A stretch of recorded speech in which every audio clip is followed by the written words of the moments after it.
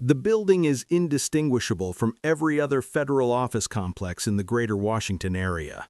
Drop ceilings, government-issue carpet, a coffee machine that produces something technically coffee. A woman in a dark blazer spends 4 hours asking you questions that seem unrelated. What was your relationship like with your father? Have you ever lived abroad for more than 6 months? Have you ever knowingly associated with a foreign national working in an official government capacity? You answer everything. The questions aren't random, they're triangulating. You pass. Then comes the polygraph, sensors across your chest, your fingertips, a band around your upper arm. A technician with the affect of a man who has heard every possible answer to every possible question asks whether you've ever committed a crime that went undetected, whether you've ever deliberately deceived a person in a position of trust, whether you have undisclosed financial relationships with foreign nationals. The polygraph cannot reliably detect deception. What it reliably detects is fear. You were afraid. You tell the truth. 3 weeks later, a letter. You've been accepted into the clandestine service trainee program. Report to a location in Virginia on a specific date. Bring nothing that identifies your employer. The facility covers several thousand acres of Virginia woodland. The locals in the nearest town call it the farm and leave it at that. For the next 18 months, you will not leave its perimeter without operational cover. You wake before sunrise, you run, you sit in classrooms that could belong to any graduate program, except the subjects are surveillance detection, covert communications, asset recruitment, and the geopolitical histories of countries most Americans navigate only by news headlines. Tradecraft first. You spend weeks in Richmond and Norfolk conducting practice operations while instructors posing as hostile intelligence officers try to catch you. You learn to identify surveillance, the car that reappears 2 miles from where you first noticed it, the man outside a restaurant who was outside a different restaurant 40 minutes ago. The particular stillness of someone pretending to read. You learn to shed a tail through a department store, a parking garage, a crowded metro platform. You learn dead drops, brush passes, cover identities with biographical depth sufficient to withstand pressure. Then, recruitment, the core of everything the clandestine service actually does. You study the 4 motivations in detail: financial need, ideological alignment, personal grievance, ego. You learn that most recruitments aren't dramatic. They're slow, they're social. They're built on patience and on the ability to make a person feel genuinely understood before you ask them to do something that could end their freedom. You practice on role players in hotel bars and government lobbies, building relationships under false pretenses, extracting personal information from people who don't realize they're being assessed. The washout rate is significant. Some people discover they cannot sustain the deception. Some people are too apathetic. Some are too rigid under pressure. The ones who graduate aren't necessarily the most intelligent. They're the ones who can hold 2 complete versions of themselves simultaneously, move between them without friction, and return home afterward and eat dinner with their families as though the day was unremarkable. You graduate in the upper quarter of your class. You receive a badge, a cover identity, and an assignment. Your actual career begins now.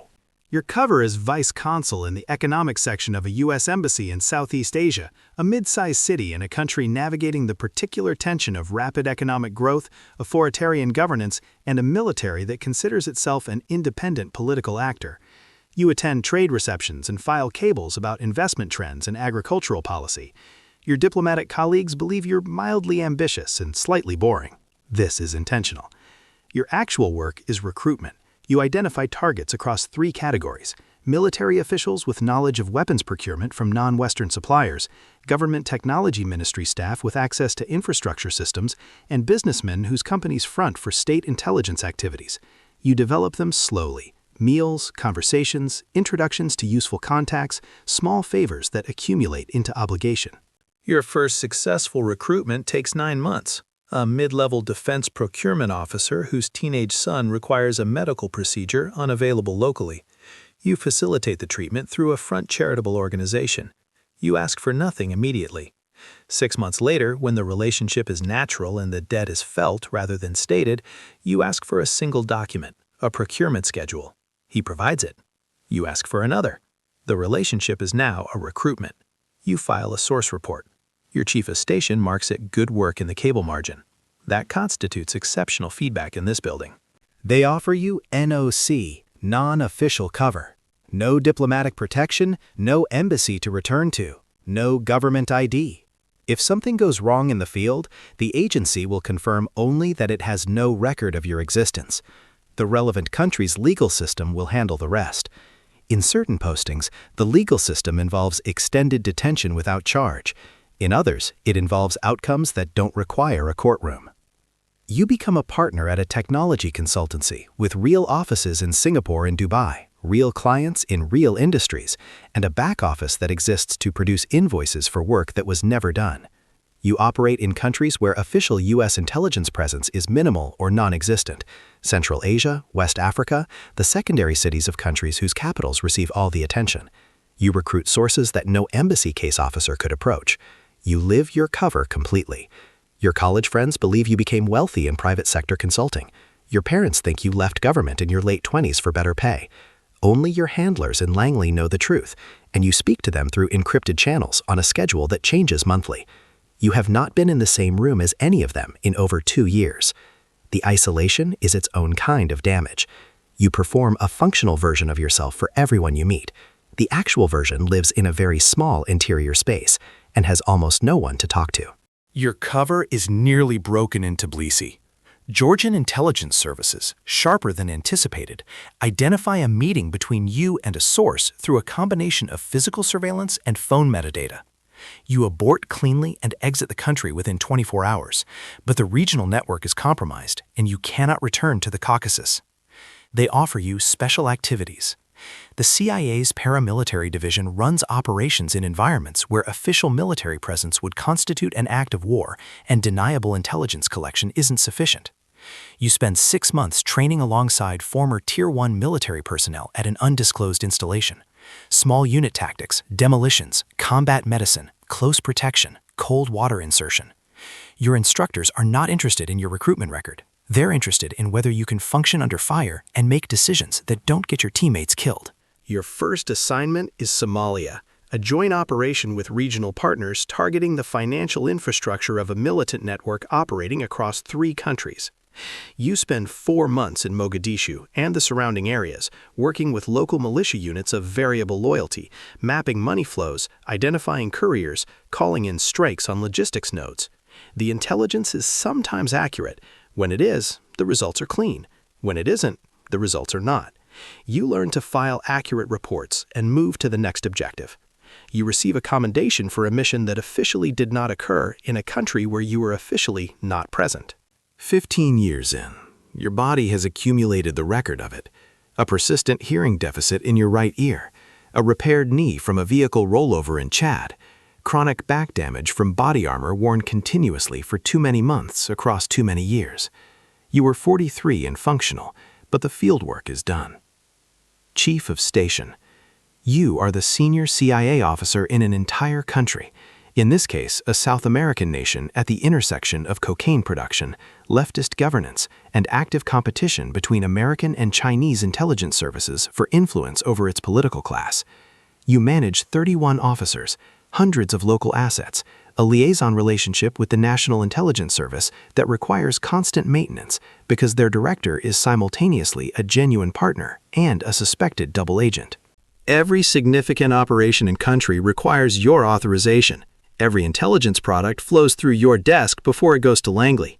You meet the ambassador every morning at 7. You sit across from the chief of the local intelligence service twice a week and exchange information with the precise calibration of 2 people who each withhold exactly as much as they share. You approve operations that could generate international incidents if mishandled. You kill operations that carry disproportionate exposure. Washington wants results. The embassy wants stability. The 2 requirements are frequently incompatible. You split the difference and accept that no one will be fully satisfied. You haven't taken more than 4 consecutive days off in 3 years. The marriage ended during your second posting. Your children are raised. They know the cover story. They don't know you. You come home to headquarters after a decade and a half abroad and find yourself in a building that makes sense to you in ways it didn't when you first walked through it as a nervous applicant. The memorial wall near the entrance bears stars for officers killed in service. No names beside most of them. You know the names for 11 of those stars. 3 of them were operations you designed. You run a division, counterproliferation, or counterterrorism, or a geographic desk covering a region that currently generates more cable traffic than any other. Hundreds of officers, thousands of assets worldwide, budget allocations that don't appear in any document available to the public. You brief the National Security Council. You sit in the Situation Room alongside cabinet officials while decisions are made that will never be formally documented. You recommend, you authorize, you sign your name to activities that require that signature and that you will never be able to discuss. You testify to congressional intelligence committees in closed sessions where the record is sealed. The senators ask pointed questions. You provide answers that are technically accurate and deliberately incomplete. Everyone present understands the transaction. They receive enough to maintain plausible oversight. You retain enough to continue operating.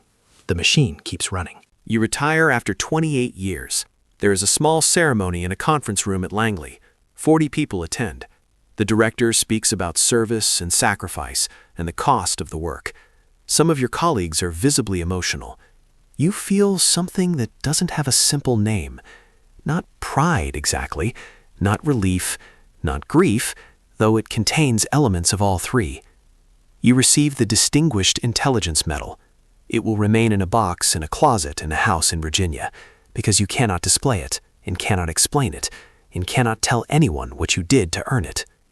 You sign additional non-disclosure agreements on your way out. You are reminded that the classification obligations are permanent and personal and survive your death. The house in Virginia is quiet. Old friends from before the agency are effectively strangers. 28 years have produced a gap in shared experience that casual conversation cannot cross. The people you actually know are scattered across classified postings or have their own version of your silence. You walk the perimeter of your property at night out of habit. You wake at odd hours. You think about specific operations, specific decisions, specific people who trusted you in ways that cost them. The pension is good. The health care is comprehensive. The government does not abandon its officers financially. What it cannot provide is someone to talk to about any of this. You are the custodian of a version of history that will never be written. Somewhere tonight, a 22-year-old in a university library is filling out an application on a government website. They're thinking about purpose, about consequence, about doing something that matters. They are imagining a version of this life assembled from films and novels and the vague romantic notion of operating in the shadow architecture of the world. They don't know about the NOC posting, where the cover becomes more real than the self. They don't know about the asset who was executed 6 months after they recruited him, or the operation that killed people who weren't supposed to die, or the way certain memories surface unbidden at 3 a.m. for the rest of your life, regardless of what the therapist suggests. They don't know that the job doesn't hollow you out dramatically. It does it gradually, across decades, in increments too small to notice until the accumulation is complete. They just want something larger than ordinary. They want to matter in ways that can't be measured on a performance review. That's enough to walk through the door. It was never enough for what comes after. But that'll learn. The cycle begins again.